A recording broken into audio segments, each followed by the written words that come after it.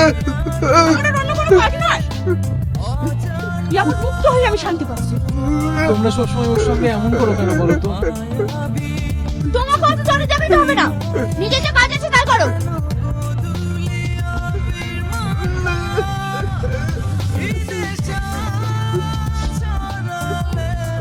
কাঁদিস নি বাপ, কাঁদিস নি বাপ, কাঁদিস নি।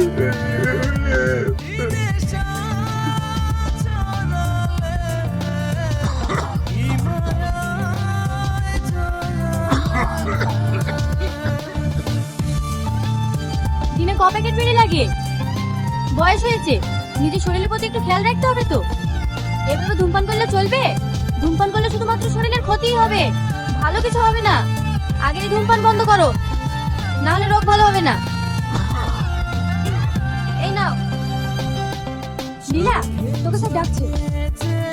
যাচ্ছি, তুই বাদ বাকি পেশেন্টগুলো দেখে নিস।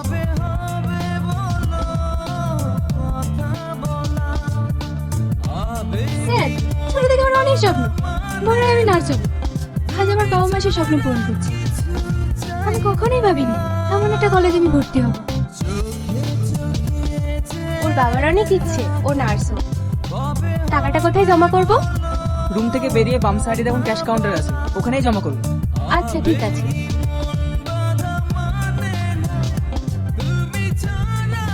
স্যার আসতে পারি? হ্যাঁ এসো, বসো।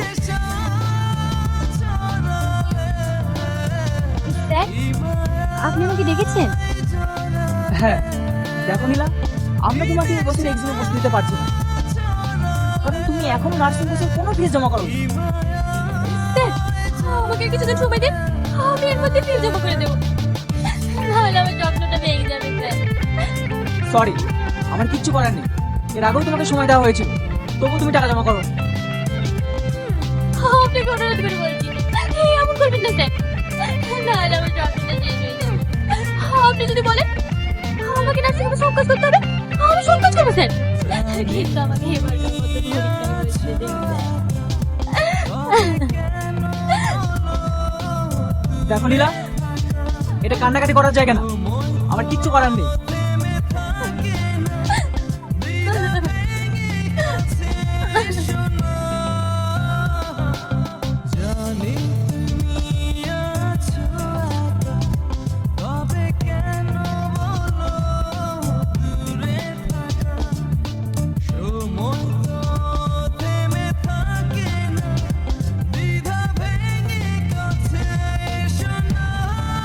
মা, ভীষণ খিদে পেয়েছে। তোর আব্বাকে বাজার করতে পারছিস না, বাজার থেকে আসলে রান্না করবো। হ্যালো বুবু, তুমি বাড়ি আসার সময় আমার জন্য একটা অঙ্ক খাতা নিয়ে আসবা। আব্বাকে 4 দিন ধরে বলছি, তাও আব্বা এনে দেয়নি। কালকে আবার পড়া আছে, না নিয়ে গেলে স্যার আবার বকবে।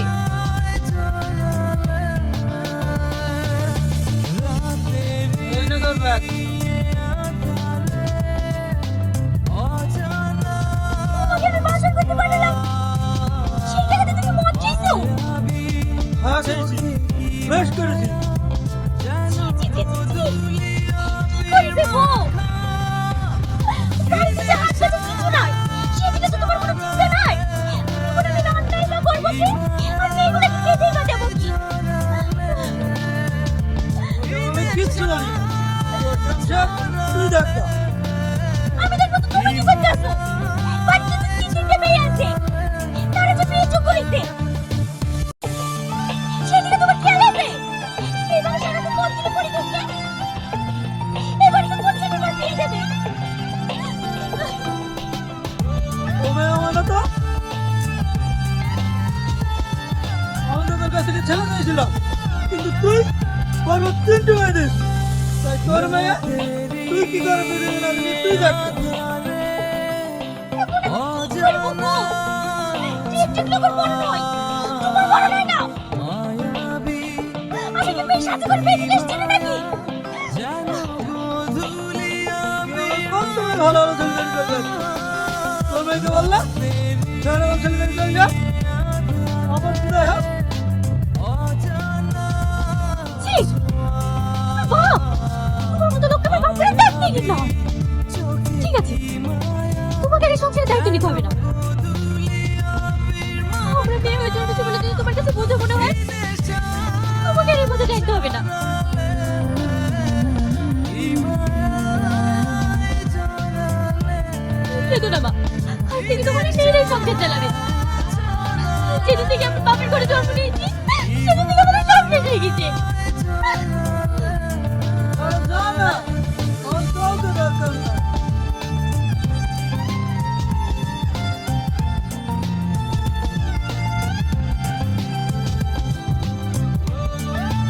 কি রে, তোর মন খারাপ কেন? ওকে তো সবই বলেছি, বাড়ির সমস্যার কথা। আমার একটা কাজের ভীষণ প্রয়োজন। কেন, ওকে যে নাম্বারটা দিয়েছিলাম ফোন করিসনি? না, করা হয়নি। ওই নাম্বারটায় ফোন করিস, ওদের একটা কাজের মেয়ের খুব দরকার। ঠিক আছে, আজকেই ফোন করবো।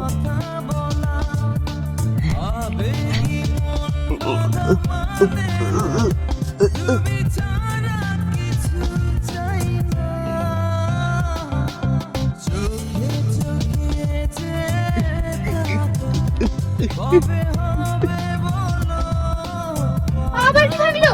আবার ভালো ভালো জিনিসগুলো সব ভেঙে শেষ করলো। দেখো মা, ওকে কিন্তু আমার একদম সহ্য হচ্ছে না। দেখবা এই গতিতে আমি কিন্তু ওকে একদিন শেষ করে দেবো। চুপ কর তো, সব ভুলে গেছিস না? ও হচ্ছে আমার সোনার ডিম পাড়া। তোকে যত বাঁচিয়ে রাখবো ততই ডিম পাবো। আমি কিচ্ছু বলিনি, শুধু মামার পায়ে এসব করছো। তুমি আমার রুমটা দিয়ে দিয়েছো, কেন বাইরের রুমটা দিতে পারো না? ও তুই বুঝবি যাতে কেউ এসে বুঝতে না পারে আমি ওর শর্ত, আমি ওর কোনো খেয়াল রাখি না। শোন, কিছু পেতে হলে কিছু দিতে হবে। খেয়ে নে। এক কাজ কর, একটা কাজের লোক দেখ যে সবসময় ওর খেয়াল রাখবে, তাহলে আর আমাদের ঝামেলা পোহাতে হবে না।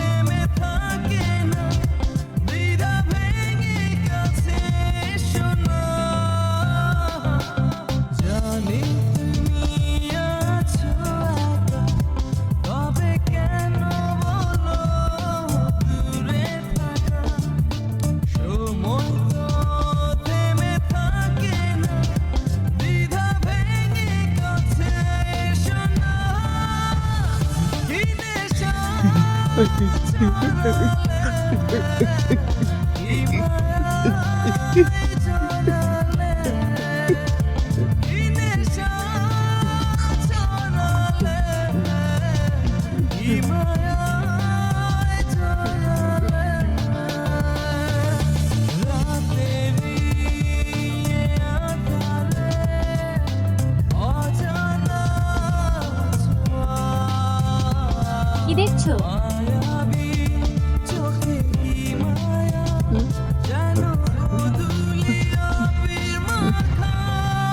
আমাকে তুমি চিনতে পারবে না, আমি তোমার কেয়ারটেকার। আজ থেকে তোমার সমস্ত দেখভালের দায়িত্ব আমার।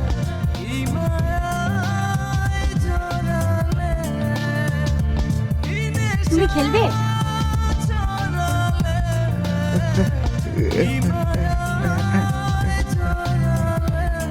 আচ্ছা ঠিক আছে, আমি তোমাকে নিয়ে যাব। চলো, তোমাকে আবার ওষুধ খেতে হবে।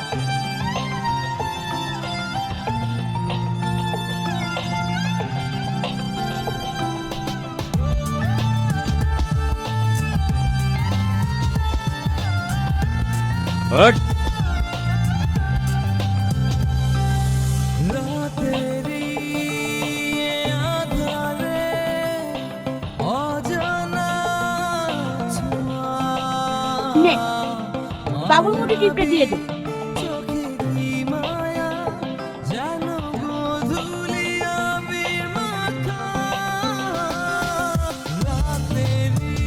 নে, সইটা করে দে। সৈকত, সৈকত বলছি। তুই সই করবি নি? খা সই করবি। মার ওকে।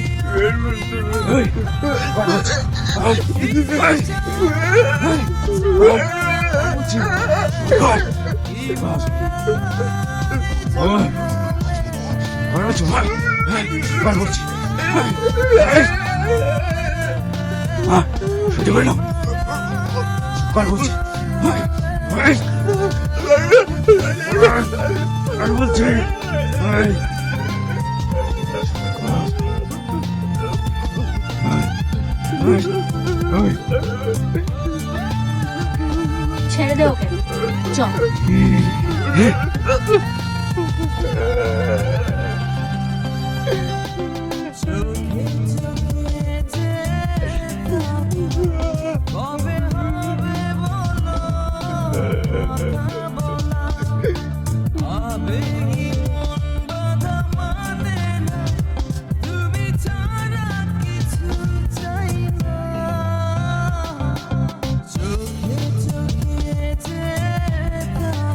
ভালোভাবে দিয়ে দিই।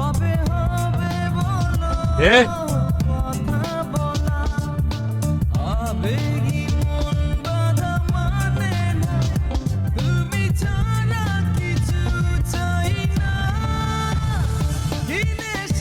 মা, এইভাবে একে একে না নিয়ে সব একবারে নিয়ে নিলে হয় না? ও তুই বুঝবি না, ওর নামে যেভাবে উইল করা আছে সেটা একবার নিলে আমরা কাজে লাগাতে পারবো না।